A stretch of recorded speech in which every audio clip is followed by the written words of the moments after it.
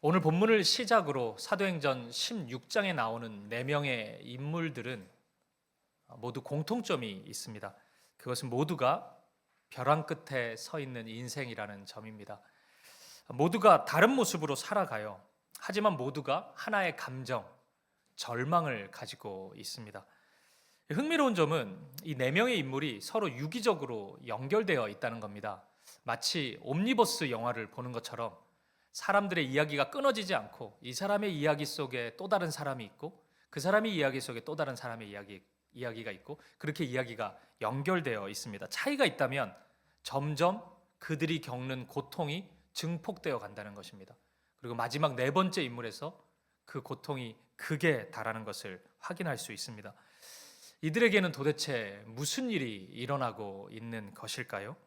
오늘부터 시작되는 설교는 벼랑 끝에 선 당신에게라는 제목으로 2주에 걸쳐서 하나님 말씀을 나누고자 합니다. 오늘은 먼저 2명의 인물이 겪는 고통, 절망에 대해서 우리가 생각해 보고 우리 다음 주에 3번째, 4번째 인물, 그러니까 이 인물들은 절망을 온몸으로 받아내고 있거든요. 그러니까 이들이 겪는 고통에 대해서 우리가 묵상해 보도록 하겠습니다.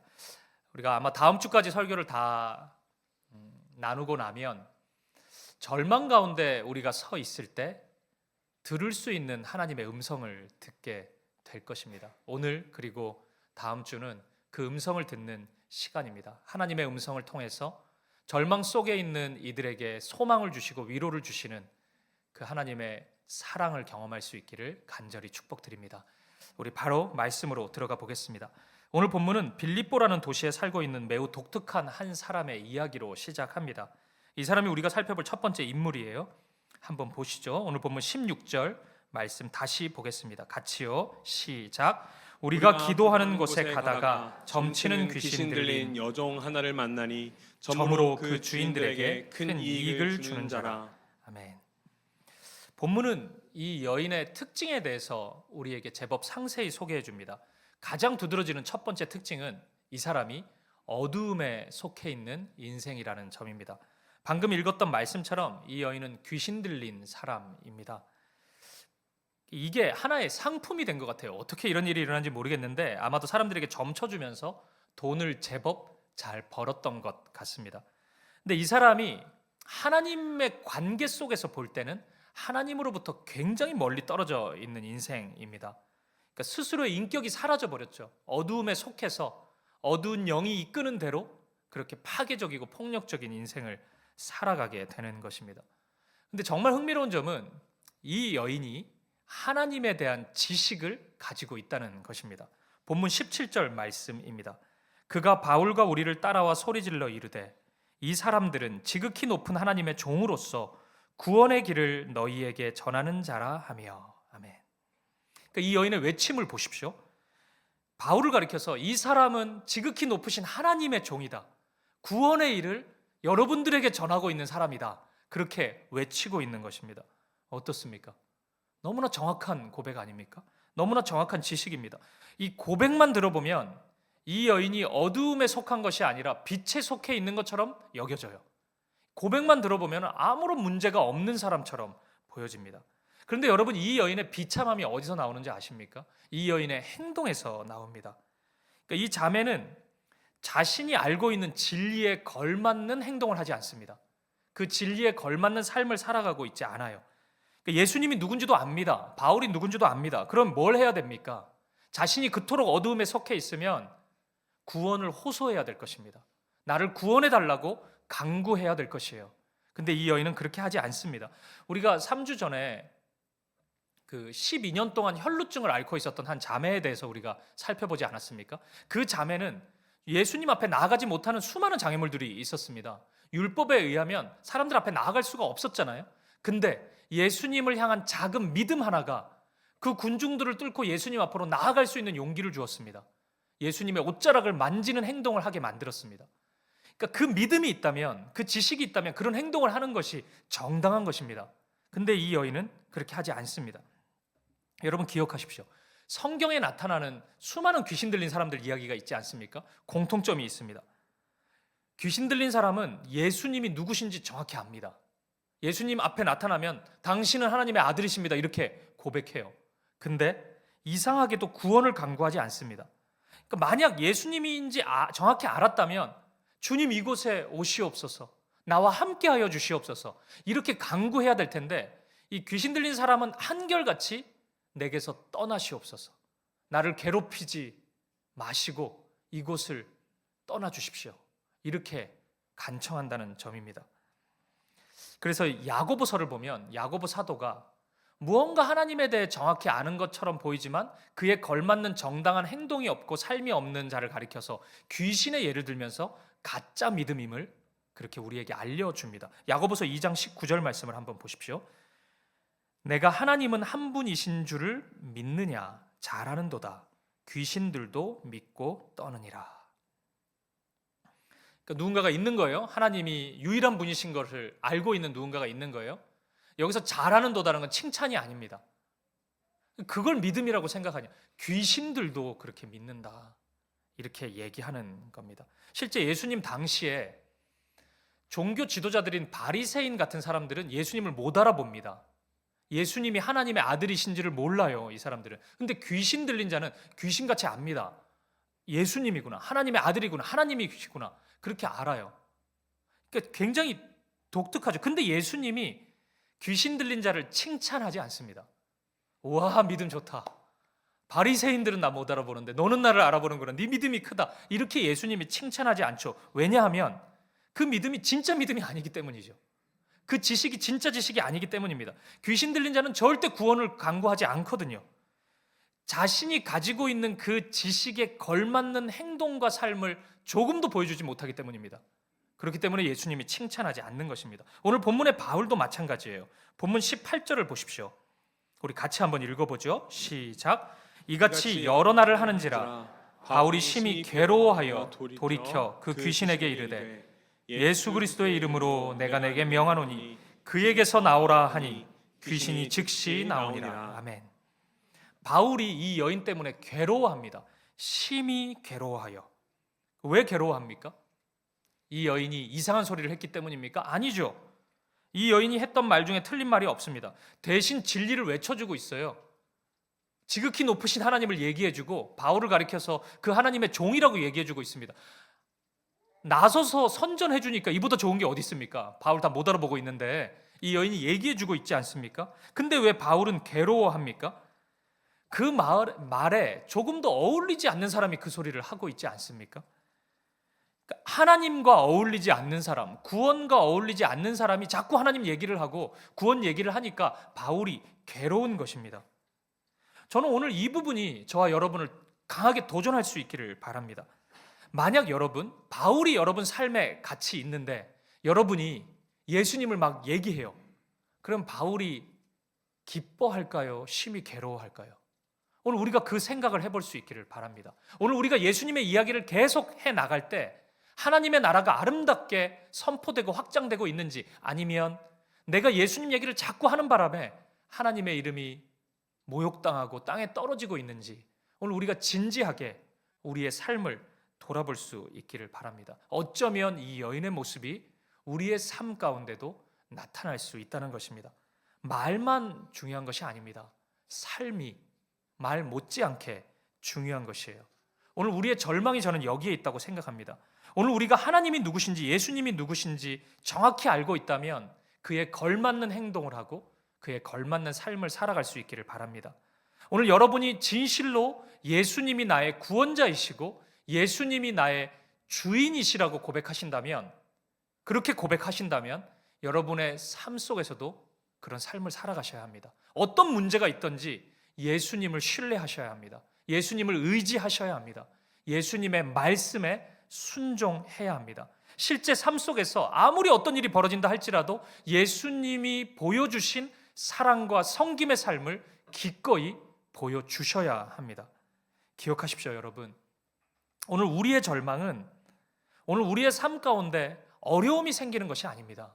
진짜 절망은 오늘 우리의 삶이 어둡게 바뀌는 것이 아니에요. 진짜 절망은 그 현실 때문에 예수님을 찾지 않는 것입니다. 진짜 절망은 그 현실 때문에 예수님이 걸어가신 십자가의 길을 걸어가지 않는 것이에요. 그것이 진짜 절망인 것입니다. 사랑하는 여러분, 오직 믿음으로 그 믿음 그대로 살아갈 수 있는, 행동할 수 있는 저와 여러분 되시기를 주님의 이름으로 간절히 축복드립니다. 두 번째 이 여인의 특징을 보시죠. 그것은 이 여인이 상당히 외로운 인생을 살아가고 있었다는 것입니다. 언뜻 보면 이 여인의 주변에 사람이 많아요. 그래서 외로움과는 좀 동떨어진 인생처럼 보입니다. 하지만 가만히 보면 그렇지가 않습니다. 오늘 본문 16절 말씀을 다시 보십시오. 우리가 기도하는 곳에 가다가 점치는 귀신 들린 여종 하나를 만나니 점으로 그 주인들에게 큰 이익을 주는 자라. 그러니까 이 자매를 통해서 경제적인 이익을 누리는 사람들이 있었습니다. 그러니까 일종의 그 주식회사 형태의 경제 공동체가 지금 형성되어 있는 것입니다. 그러니까 수많은 사람들이 이 여인을 통해서 이 경제적인 이익을, 그 즐거움을 지금 맛보고 있는 것이에요. 근데 여러분, 이 관계가 건강하다고 할 수 있겠습니까? 우리 금방 알 수 있죠. 건강한 관계 아닙니다. 이 관계는 언제든지 해산되고 해체될 수 있는 그런 관계입니다. 정확히 어떻게 알 수 있냐면 이 여인이 회복된 후에 반응을 보면 알 수 있습니다. 이 여인은 결국 예수 그리스도의 이름으로 회복됩니다. 어두움에서 벗어나는 그 빛의 일을 경험하게 됩니다. 누가 보더라도 이것은 기쁜 일이죠.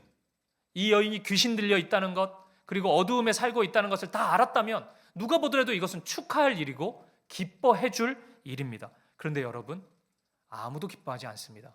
아무도 축하해 주지 않습니다. 본문 19절 말씀을 보시겠습니다. 같이 읽어보죠. 시작. 여종의 주인들은 자기 수익의 소망이 끊어진 것을 보고 바울과 실라를 붙잡아 장터로 관리들에게 끌어갔다가. 아멘. 아무도 기뻐하지 않습니다. 오히려 더 사나운 모습을 보여주고 있습니다. 소망이 끊어졌다고 반응합니다. 왜요? 경제적인 이익을 더 이상 취하지 못하기 때문입니다. 저는 이 장면이 진짜 슬프더라고요. 이 자매를 향해서 진짜 긍휼의 마음이 많이 들었습니다. 진짜 외로웠겠구나. 진짜 평생을 이렇게 이용만 당하면서 이 자매가 살았구나. 이런 생각이 들었습니다. 저는 이것이 이 자매의 두 번째 절망이라고 생각합니다. 주변에 아무도 없습니다. 인생에서 그것만큼 힘든 일이 없습니다. 내 편을 들어주지 않는 삶, 아무도 내 기쁨에 동참해서 함께 기뻐해 주지 않는 삶, 그 어느 누구도 내 슬픔을 같이 슬퍼해 주고 아파해 주는 사람이 없는 삶, 그것만큼 고통스러운 인생이 없습니다. 그런데 여러분 기억하십시오. 그것이 바로 이 세상의 허무함입니다. 이 세상이 끝없이 가치 있는 것이라고 외치는 돈, 권력, 이런 것을 토대로 만들어진 모든 관계는 그 마지막이 이런 허무함을 우리에게 안겨다 줄 수밖에 없다는 것입니다. 사랑하는 여러분, 오늘 깨어진 관계로 인해서 한없는 외로움을 경험하는 분들이 있으십니까? 이게 인생에서요, 뭐가 잘 되는 것처럼 보이면 주변에 사람이 많습니다. 당연한 이치죠. 다 기분 좋은 얘기만 하고. 근데 내가 조금 어려우면 사람들이 떠납니다. 나 혼자 남는 것처럼 느껴져요. 그 인생 가운데 우리 한두 번 다 경험할 것입니다. 오늘 그 경험을 하시는 분들이 있다면 오늘 이 여인이 경험했던 예수님 앞으로 나아갈 수 있기를 바랍니다. 그것이 진짜 위로인 것입니다.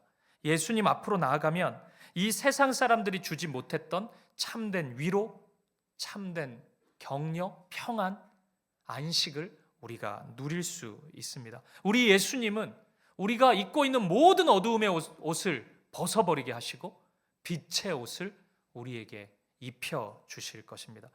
오늘 본문에는 이 여인의 다음 이야기가 나와 있지 않아요. 근데 저는 충분히 상상할 수 있을 것 같아요. 이 여인이 어떻게 살았는지. 아마 이 누가가 이 사도행전을 기록하면서 이 등장 인물들을 그냥 아무렇게나 기록하지는 않았을 겁니다. 아마 초대교회 성도들이 다 아는 자매였을 거예요. 아마 공동체 속에 있었던 자매였겠죠. 다음에 나오는 모든 다음 주에 살펴볼 인물들도 마찬가지입니다. 다 아는 그런 공동체의 지체였을 겁니다. 어떻게 회복되었는지 모두가 알고 있는 것입니다. 비록 이 자매는 돈 잘 버는 인생은 멈췄는지 몰라요. 돈 잘 벌었고 주변에 막 사람들도 많이 몰려 있었으니까 돈은 이전처럼 잘 벌지 못할 수도 있지만 기쁨이 가득했을 것입니다. 소망을 되찾았을 것입니다. 돈이 아무리 많았을 때도 채워지지 못했던 그 영혼의 결핍이 주님으로 인해서 충만함을 분명히 경험했을 것입니다. 사랑하는 여러분, 예수님 앞으로 나아오십시오. 예수님의 이름을 부르십시오. 그러면 예수님께서 참 생명을, 참 소망을, 참 기쁨을 우리에게 허락해 주십니다. 그 주님으로부터 오는 참된 기쁨, 소망 누릴 수 있는 저와 여러분 되시기를 간절히 축복드립니다. 이제 두 번째 인물을 보겠습니다. 벼랑 끝에 서 있는 이 두 번째 인물은 이 자매 옆에 서 있는 투자자들입니다. 저에게 좀 궁금함이 있었어요. 이 사람들은 왜 이 자매의 회복을 기뻐해 주지 못했을까입니다. 오랫동안 동업자 신분으로 가장 가까운 거리에 있었던 것 같은데 왜 이 자매가 회복되는 것을 즐거워하지 않았을까요? 그렇죠. 우리가 알죠. 19절 말씀처럼 경제적인 수익이 끊어져 버렸기 때문입니다. 더 이상 이 자매를 통해서 경제적인 이익을 누릴 수 없기 때문입니다. 저는 이게 슬펐어요. 경제적인 이익을 누리지 못하는 것은 아픈 일이지만 그래도 오랫동안 지켜봤던 이 자매의 회복을 왜 한 명도 기뻐해 주지 못했을까? 그리고 곧 그것이 돈의 어두운 힘이라는 것을 제가 깨달았습니다. 그러니까 이 사람들은 우리에게 분명히 보여주는 것 같아요. 돈에 매여 있는 인생, 돈이 이 세상의 전부인 것처럼 생각하고 돈을 숭배하는 인생의 그 끝자락이, 그들이 걸어가는 삶의 걸음걸음에서 나타나는 열매가 무엇인지를 오늘 이들이 매우 선명하게 우리에게 보여준다고 생각합니다. 여러분, 돈이 우상이 되면 하나님이 안 보입니다. 돈이 우상이 되면 하나님이 느껴지지 않습니다. 하나님으로 인해 조금도 기뻐하지 못하게 됩니다. 물론 여러분, 돈이 하나님의 도구인 것은 분명합니다. 이 세상의 많은 것들은 하나님의 아름다운 도구로 쓰임을 받습니다. 돈도 마찬가지입니다. 얼마나 유용하게 하나님 나라의 도구로 쓰임 받는지 설명할 필요가 없습니다. 분당 우리 교회와 우리가 함께하는 가평 우리 마을의 그 꿈도 실은 어느 두 가정에서 이 재정적인 큰 헌신을 했기 때문에 그 꿈이 시작할 수 있었어요. 그러니까 돈은 분명히 하나님의 유용한 도구가 된다는 것을 우리가 확실히 알고 있습니다. 근데 여러분, 그럼에도 불구하고 성경을 읽다 보면 왜 그리도 이 세상의 다른 것들 중에 유독 돈에 대해서 경계하는지 아십니까? 돈에 대해서 너무나 부정적인 말씀들이 많은지 아세요? 그게 돈이 가진 어두운 힘 때문에 그렇습니다. 돈은 하나의 생명체가 되어서 돈을 사랑하는 순간 돈이 우리 마음을 열고 들어와 버리는 겁니다. 그리고 예수님의 자리를 떡하니 앉아버리는 겁니다. 우리를 조종하는 거예요. 마치 노예 부리듯이 돈이 힘과 영향력을 발휘합니다. 이 세상의 많은 것들 중에 돈이 유독 그런 힘을 발휘한다는 거예요. 돈이 유독 그런 영향력을 발휘한다는 겁니다. 그래서 성경이 돈에 대해서 그토록 경고하는 거예요. 돈을 조심해야 된다. 물론 하나님의 도구가 될 수도 있지만 다른 것들보다, 다른 욕심보다 돈을 더 조심해야 된다. 사랑하면 안 된다. 반복해서 말씀하고 있는 것입니다. 누가복음 16장 14절 말씀을 한번 보십시오. 우리 같이 한번 읽어보죠. 시작. 바리새인들은 돈을 좋아하는 자들이라 이 모든 것을 듣고 비웃거늘. 아멘. 예수님의 말씀을 듣고 바리새인들이 비웃어요. 근데 무슨 말씀을 들었는지 아십니까? 이 16장 13절 바로 앞에 말씀을 보면 이 말씀이 나옵니다. 하나님과 재물을 겸하여 섬길 수 없느니라. 하나님과 재물을 겸하여 섬길 수 없느니라. 그러니까 예수님이 이 말씀을 하십니다. 이 말씀을 듣고 비웃는 겁니다. 바리새인들이 예수님이 말씀하셨는데도 비웃는 거예요. 왜요? 그들은 돈을 사랑했기 때문입니다. 돈을 하나님보다 더 크게 생각하는 겁니다. 그러니까 웃기죠. 돈 없으면 안 되는데 예수님이 막 그러지 말라 그러고 사랑하지 말라 그러니까 되게 가짜는 거예요. 그게 돈 없이 뭐가 되는 줄 아나. 아유, 저게 말이라고 저런 소리를 하나. 고생 한번 안 해봤나. 이런 생각하는 겁니다. 아주 웃기게 반응하는 거예요. 돈을 사랑하면 이렇게 되는 겁니다. 저는 이 장면에서 우리 공동체의 좀 두려운 모습을 상상해 보았습니다. 이런 겁니다. 만약 우리 사김의 교회가 돈을 사랑하기 시작한다면, 그러니까 우리가 막 돈 사랑하는 사람들이 다 모이는 거예요. 그래서 막 돈밖에 없는 거예요, 우리 공동체가. 그러면은 이런 일이 일어나겠구나. 하나님의 구원의 역사가 일어나도 아무도 기뻐하지 않겠구나. 하나님의 말씀이 선포돼도 비웃겠구나. 하나님의 말씀을 읽어도 하나도 마음에 와닿지 않겠구나. 이런 무서운 생각이 저에게 찾아왔습니다. 이번 학기 다락방 공과 중에 그 5가를 보면은 마가복음 5장 이야기가 나옵니다. 거라사라는 지역에서 이렇게 광인의 그 한 청년의 모습이 나타나요. 그러니까 그 마을 사람들이 아무도 제어를 못합니다. 완전히 어두운 영에 사로잡힌 진짜 극강의 그 어두운 삶을 살아가는 사람이에요. 근데 예수님이 그를 찾아가십니다. 그리고 그를 회복시키세요. 놀라운 일이 벌어지죠. 근데 동네 사람들 반응 진짜 웃깁니다. 아무도 기뻐하지 않아요. 아무도 찬양하지 않습니다. 아무도 예수님께 감사하지 않습니다. 오히려 예수님 보고 이 마을 떠나라 그래요. 여기 있지 말라고, 당신 여기 있어서 우리가 힘들다고 그렇게 얘기합니다. 왜냐하면 이 청년을 묶고 있던 귀신들이 돼지떼에게로 들어갔거든요. 그래서 2,000마리가 몰살당하게 되었습니다. 제가 어제 기준으로 돼지 한 마리 가격 찾아보니까 150만 원이에요. 2,000마리면 30억입니다. 30억이 경제적인 손실이 이 마을에 찾아온 겁니다. 이 경제적 손실이 이 사람들을 그렇게나 메마르고 사나운 사람으로 만들어버린 것이에요. 저는 우리 사김의 교회가 만약 이런 순간을 맞이한다면, 맞이할 일은 없을 것 같아요. 30억 이런 게 우리는 없으니까 이런 순간은 없을 것 같지만, 만약 이런 순간이 우리에게 찾아온다면 저는 기꺼이 우리 모두가 그의 회복을 기뻐해 줄 수 있기를 바랍니다. 경제적인 손실에 흔들리지 않고 그 형제의 회복을, 그 자매의 회복을 함께 기뻐해 주고 함께 하나님을 찬양할 수 있는 그런 공동체가 되기를 간절히 소망합니다. 부디 오늘 이 자매 옆에 있는 자매의 회복을 조금도 기뻐하지 않는 이 영혼 없는 기계 같은 이 투자자들의 모습이 오늘 우리에게 나타나지 않기를 간절히 소망합니다. 그런데 여러분, 이 사람들이 보여주는 가장 큰 절망은 단지 구원의 일을 기뻐하지 못하는 것에만 있지는 않습니다. 진짜 절망스러운 모습은 이 사람들이 누구보다 예수님과 가까이 있었으면서도 예수님을 보지 못했다는 데 있습니다. 누구보다도 하나님의 일을 가까이서 보았으면서도 하나님을 보지 못했다는 데 절망이 있는 것이에요. 보십시오. 바울의 복음의 선포가 있습니다. 예수 그리스도의 이름이 선포됩니다. 그리고 이 자매는 회복됩니다. 이 옆에는 바울과 바울의 전도팀, 이 여인, 그 외에는 이 투자자들밖에 없습니다. 따라서 이 사람들은 바울의 선포를 들었습니다. 말씀을 들었습니다. 그리고 하나님의 일하심도 보았습니다. 확인하였습니다. 그런데 주님께 나오지를 못합니다. 예수님을 보지도 못합니다. 바울도 보지 못합니다. 제가 만약 이 사람들이라면 시간이 한참 흘렀을 때 인생에서 가장 후회되는 순간이 바로 이 순간이었겠구나, 제가 확신합니다.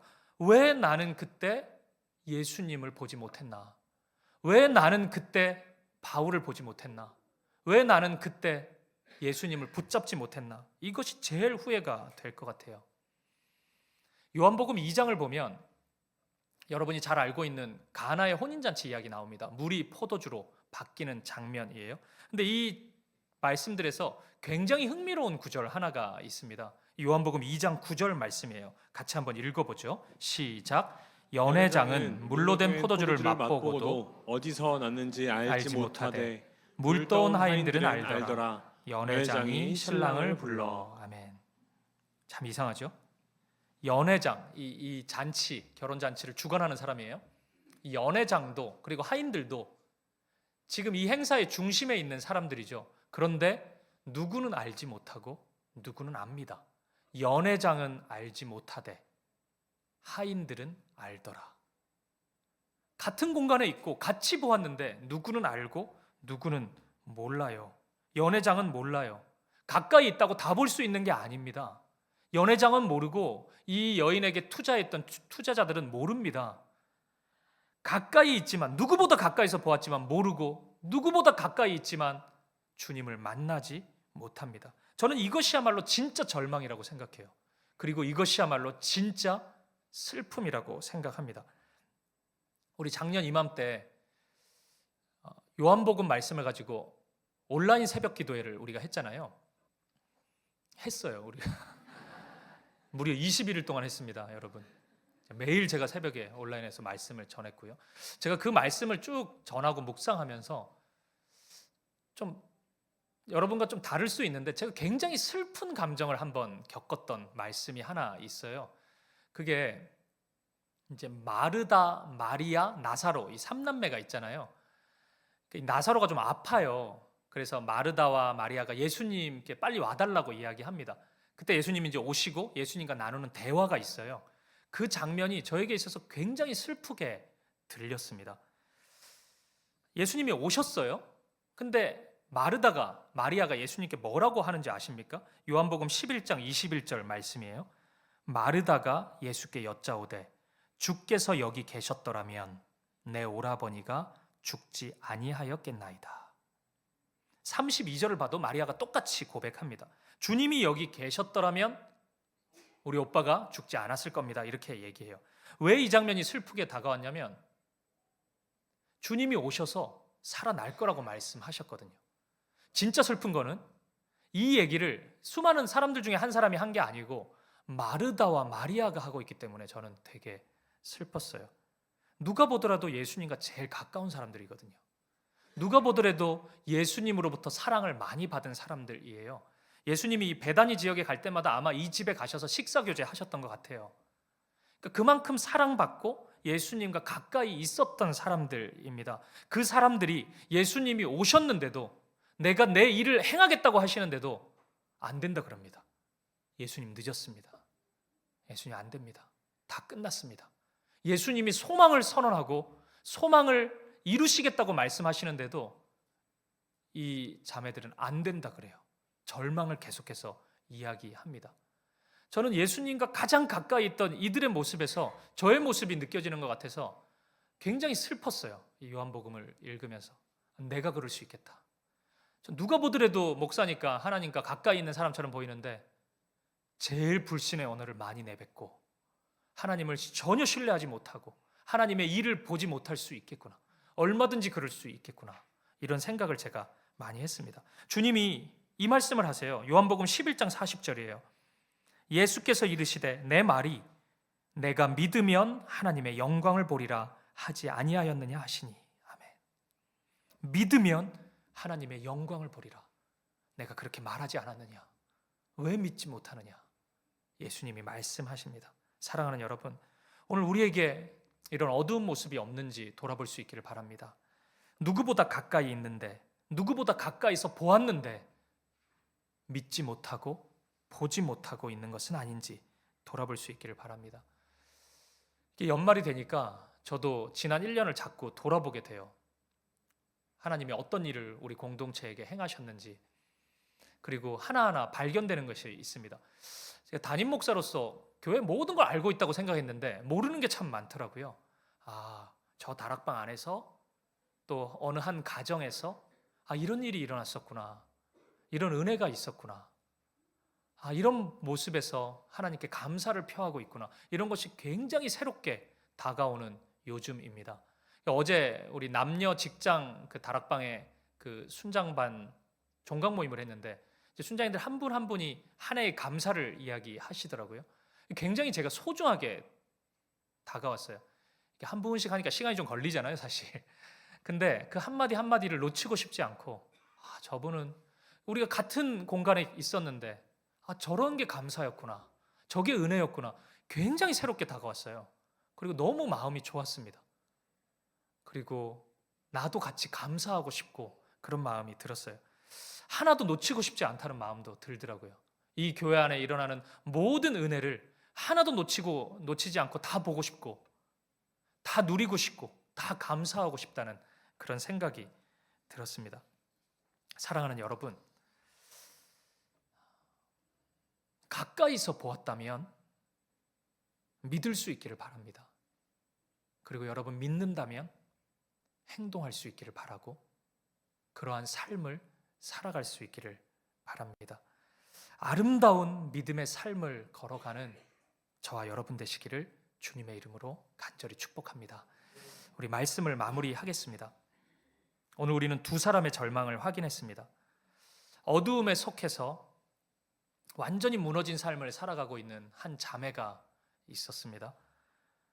주변에는 사람이 많은 것처럼 보이지만 온통 자신을 이용해만 먹으려고 하는 그런 사람들 속에서 한없는 외로움을 느끼고 있는 그 자매의 인생이었습니다. 그 어떤 사랑도 위로도 받아보지 못하고 있습니다.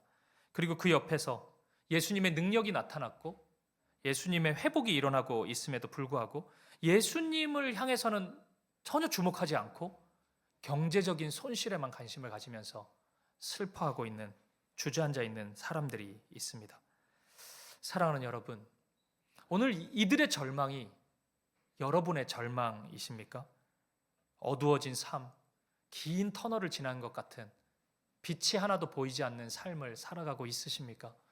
사람들에 의해서 상처받고 나 혼자 있는 것 같은 그런 외로움을 겪고 있으십니까? 경제적인 타격을 받아서 충격 속에서 주저앉아 있는 분이 있으십니까? 절망스러우시겠죠. 그런데 여러분, 우리에게 있어서 진짜 절망은 그것이 아닙니다. 진짜 절망은 여러분이 그 현실로 인해 하나님을 보지 못하는 것입니다.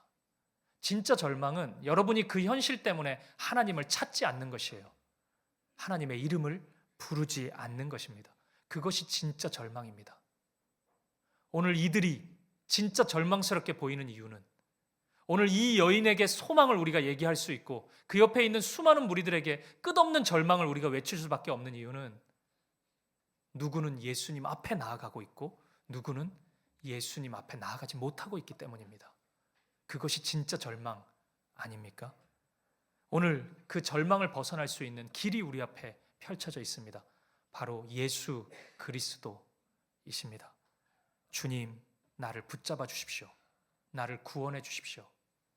나를 도와주십시오. 오늘 우리가 주님의 이름을 부를 수 있기를 바랍니다. 주님의 이름을 찾을 수 있기를 바랍니다. 그러면 우리의 모든 죄와 모든 어두움을 대신 지시고 십자가에서 죽으신 그 예수님의 사랑이, 죽음을 이기신 예수님의 생명이 저와 여러분의 삶 가운데 다시 시작될 것입니다. 다시 회복이 일어나게 될 것입니다. 죽음에서 생명의 삶이 다시 시작될 것입니다. 절망의 자리에 서 있는 여러분, 주님이 주시는 소망을 경험할 수 있기를, 예수 그리스도의 이름 안에서 그 소망을 누릴 수 있는 저와 여러분, 우리 사김의 교회가 되기를 주님의 이름으로 간절히 축복드립니다.